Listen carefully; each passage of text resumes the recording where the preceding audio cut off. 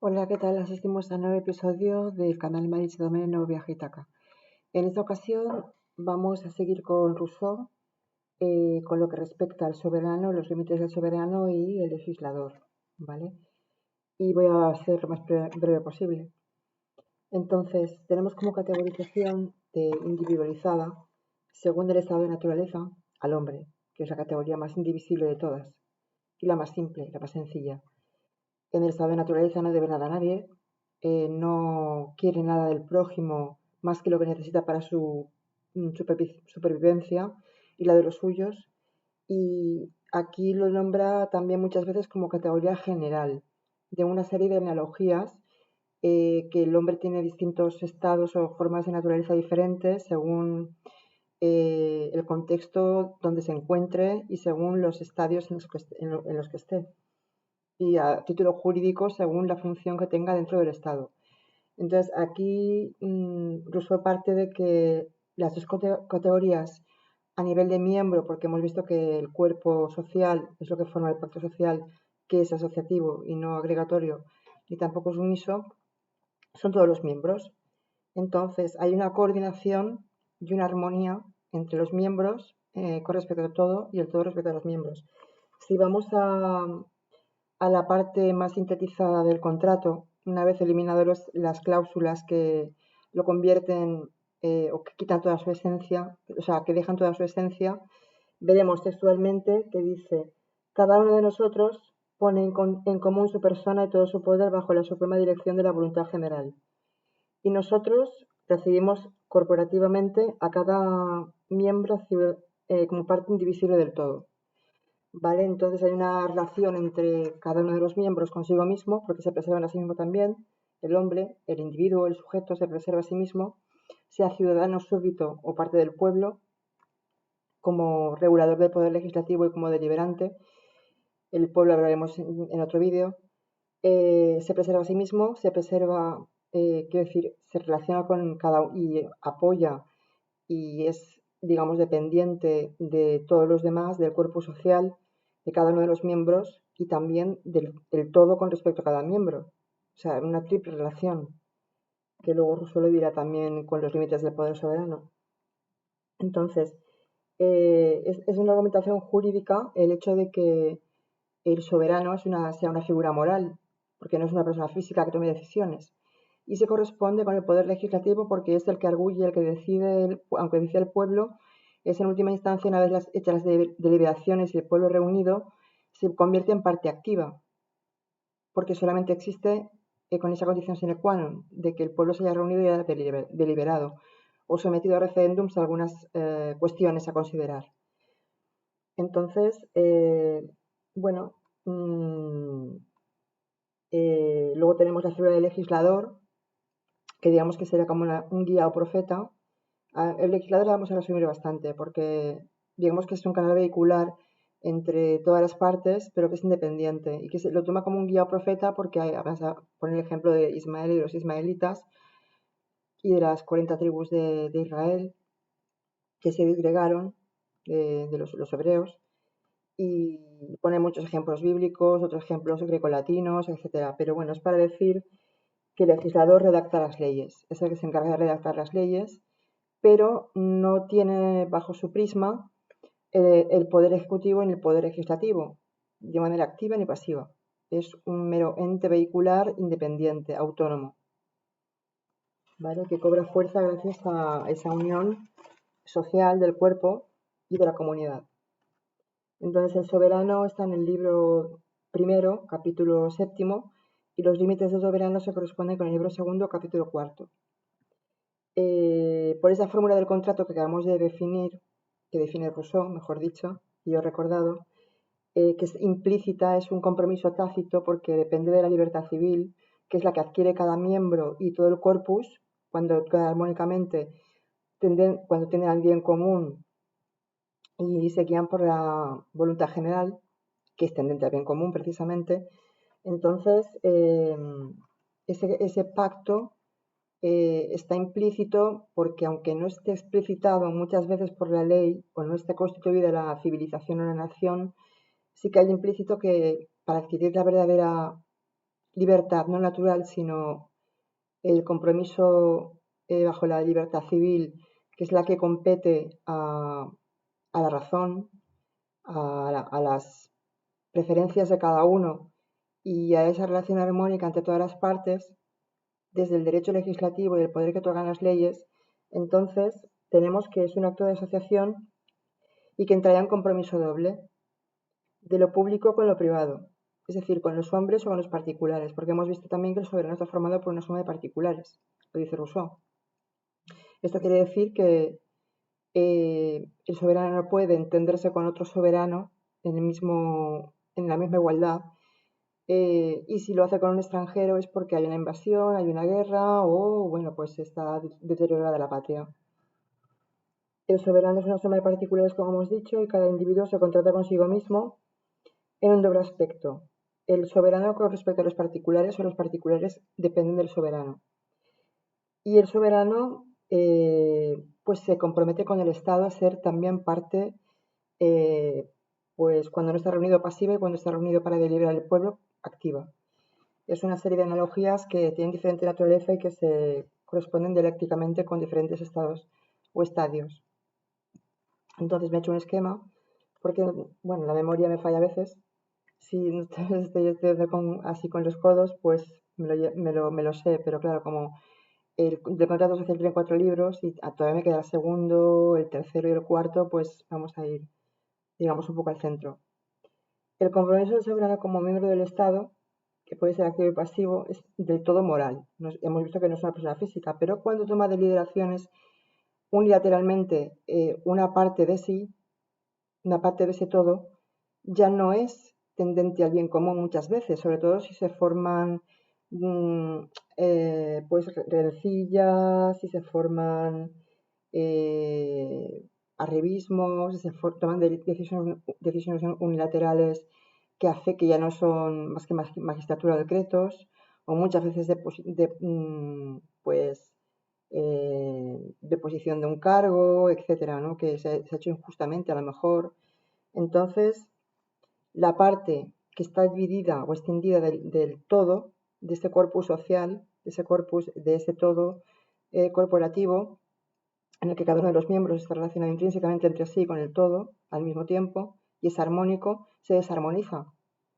Porque la parte que corresponde con derecho privado, que es el que se compromete el particular, y si es un cargo de un país o de una nación, entonces estamos hablando de que puede tomar decisiones, incluso declarar a guerra la paz.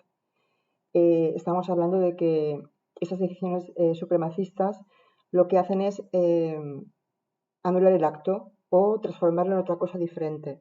Ya no tiende al bien común propiamente. No quiere eso decir que el soberano se pueda entender con un grupo de particulares o con un particular.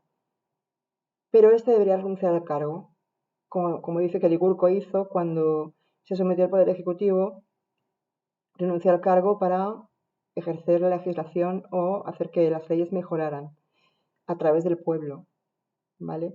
Es un ejemplo que pone también.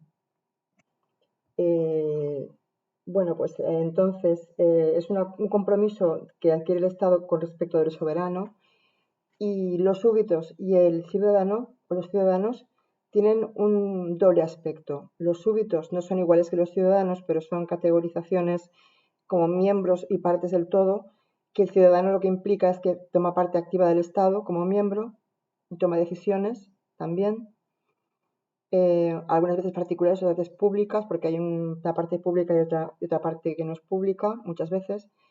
En algunos países dependerá de la interrelación territorial, de cómo es la economía, cómo es la tierra, etcétera. Eso lo explicará después en el capítulo tercero, creo. Y ese compromiso de los súbditos con respecto al poder legislativo es el de someterse a las leyes. Entonces, cuando no hay un equilibrio entre el ciudadano y los súbditos, cuando los ciudadanos no actúan como súbditos y los súbditos no actúan como ciudadanos, se puede llegar a la ruptura total con el Estado. Entonces es muy peligroso que no se lleguen a acuerdos, deliberaciones, referéndums, etcétera, que es lo que Rousseau propone en el pacto social mutuamente consensuado. Este compromiso del Estado respecto a los soberanos es bilateral y directo, y el intermediario es el legislador.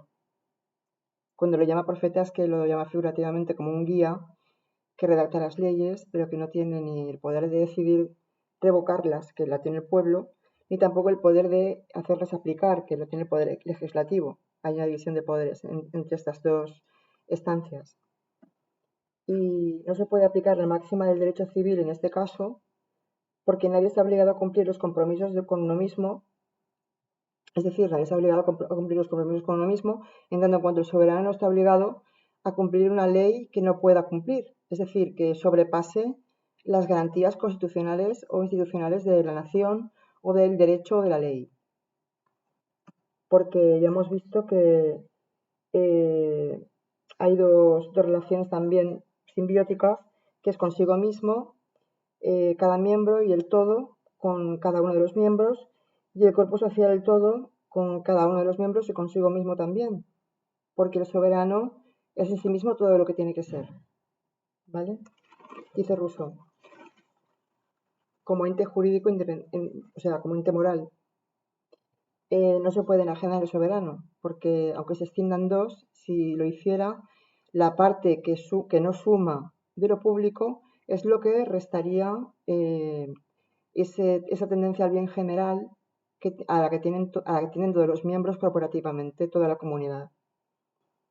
No se puede extender en dos partes, de los que del todo resulta de interés general lo que queda de la parte contratante privada, porque un particular adquiere un derecho a un compromiso privado, no público.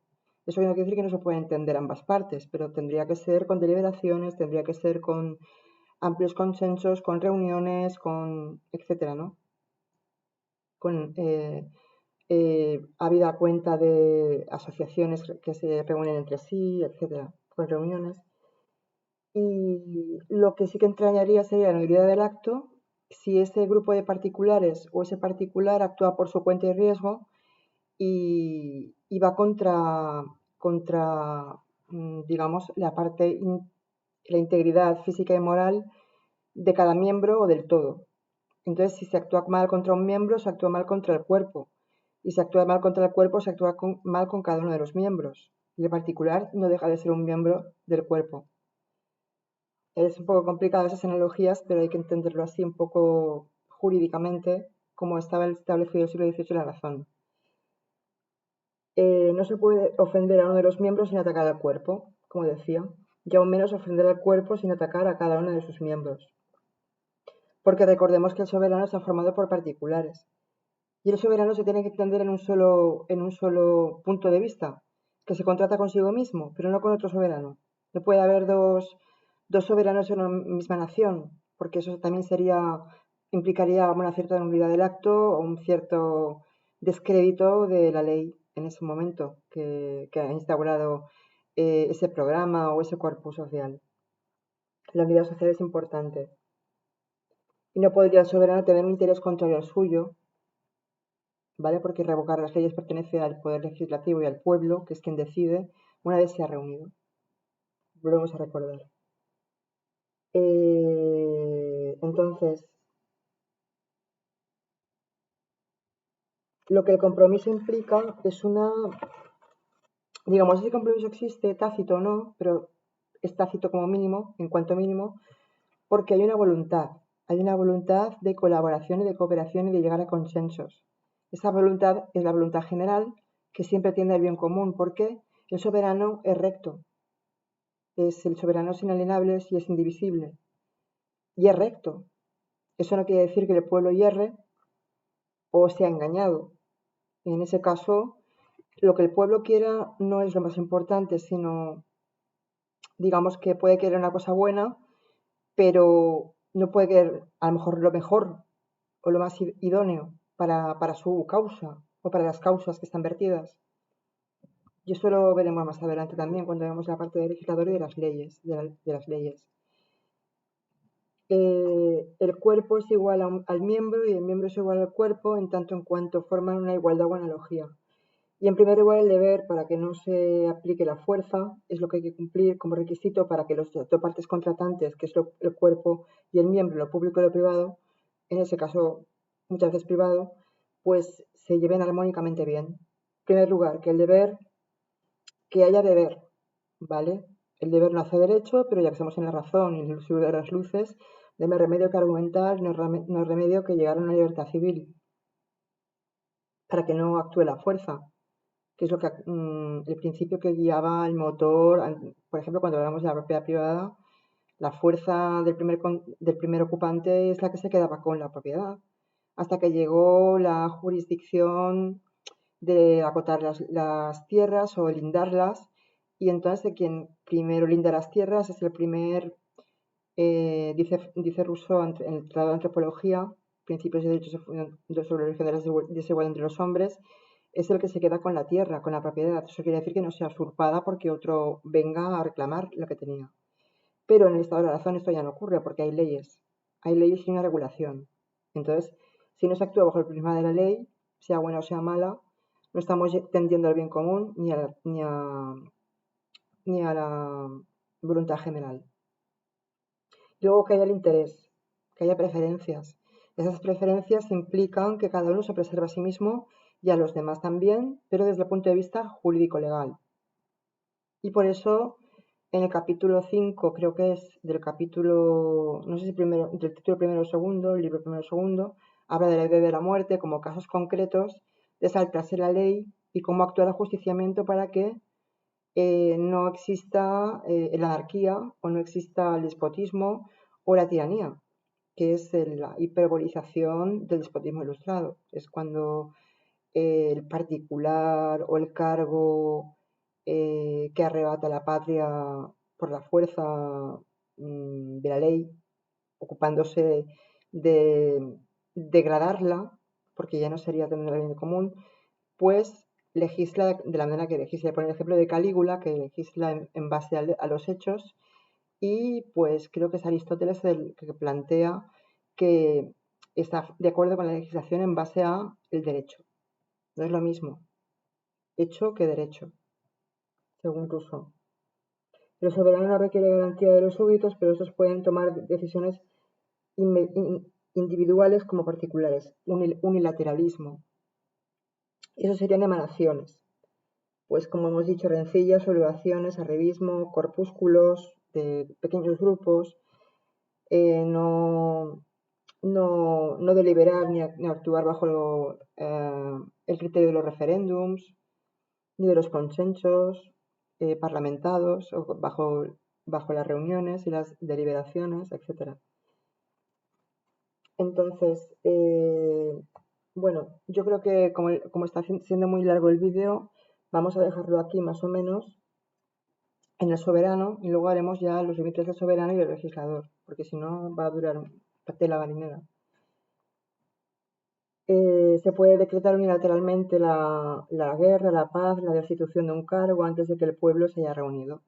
¿Vale? Por eso es tan importante el poder legislativo bajo el pueblo, que es otra entidad bajo la que se hace cumplir la ley y está por encima del Estado, porque lo que el Estado decida lo decide el pueblo en primera instancia. ¿Vale? Y yo creo que ya más o menos está todo dicho de soberano. Si el individuo adquiere una voluntad particular contraria o diferente del interés general, ya no hay interés común, ¿vale? Por lo general, causa común gratuita, inicua o no concreta, porque las deliberaciones se hacen sobre cosas concretas, no inicuas.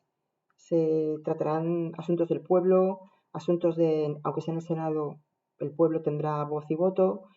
Los votos también son muy importantes. Luego en otro libro hablará de los votos, de cómo se forman los comicios, etcétera, etcétera, de la forma en que se regula este cuerpo social y cómo se legisla.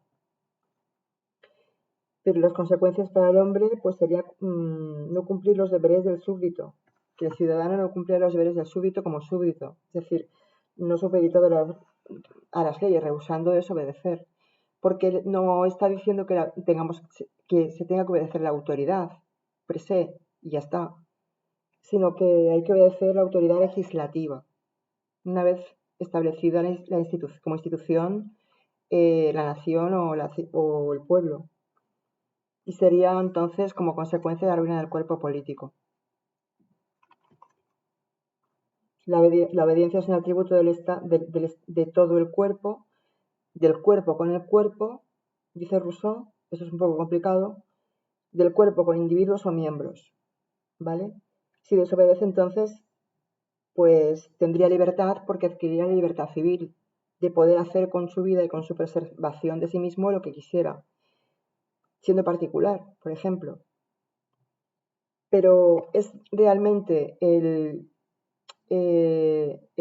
eso es lo que legitima también, digamos, lo que garantiza que haya un orden social, que el compromiso exista, aunque sea tácito, porque sabe que es lo que la patria concede al miembro o a los miembros del todo, de la comunidad, esa libertad civil. Y como sabiéndolo mm, como condición sine qua non, una de las condiciones que es que tiene libertad civil regulada, da una parte de sí mismo al Estado y otra parte del Estado le concede esa libertad para que cuide de los demás y cuide de sí mismo, porque también puede dar la vida, y lo hemos visto en el capítulo de la vida y la muerte, en caso de necesario, en caso de guerra, etcétera, en caso de defensa de la patria, etcétera.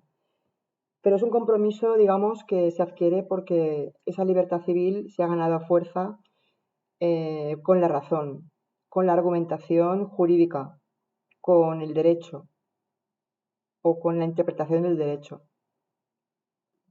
Y la ley cumple la ley de la razón dando libertad civil a cada miembro. Y es lo que legitima el pacto social, digamos, un poco yendo más hacia el origen del mismo, a la teología. El ciudadano goza de derechos y el sujeto tiene como deber someterse a las leyes. Estos son analogías o categorías de diferente naturaleza, pero es el mismo hombre. Estamos hablando todo el rato de los hombres o de los individuos. Y el compromiso se ayuda de la promesa del pacto de otorgar la libertad pues, civil regulada por la ley. La libertad civil está regulada por la ley, incluso con ajusticiamientos, ¿vale? Si hace falta, en caso de asesinatos, en caso de delincuencia, en caso de tal. Tenemos que ver lo de la vida y la muerte, ya lo vimos en el vídeo anterior que publiqué. Bueno, pues yo creo que hasta aquí hemos llegado con la parte del soberano y los límites del soberano y el legislador lo haremos con otro vídeo porque sí, he prometido hacerlos más cortos, pero me resulta muy imposible, me enrollo mucho. Pues dura 22:36. Bueno, pues hasta la próxima. Espero que os haya gustado y que no me haya ido mucho por los cerros de Úbeda y que esté más o menos centrado todo lo que yo había hecho en un esquema previamente. Un saludo, espero que estéis todos bien, un beso. Hasta luego, Marisol Domínguez Castillo.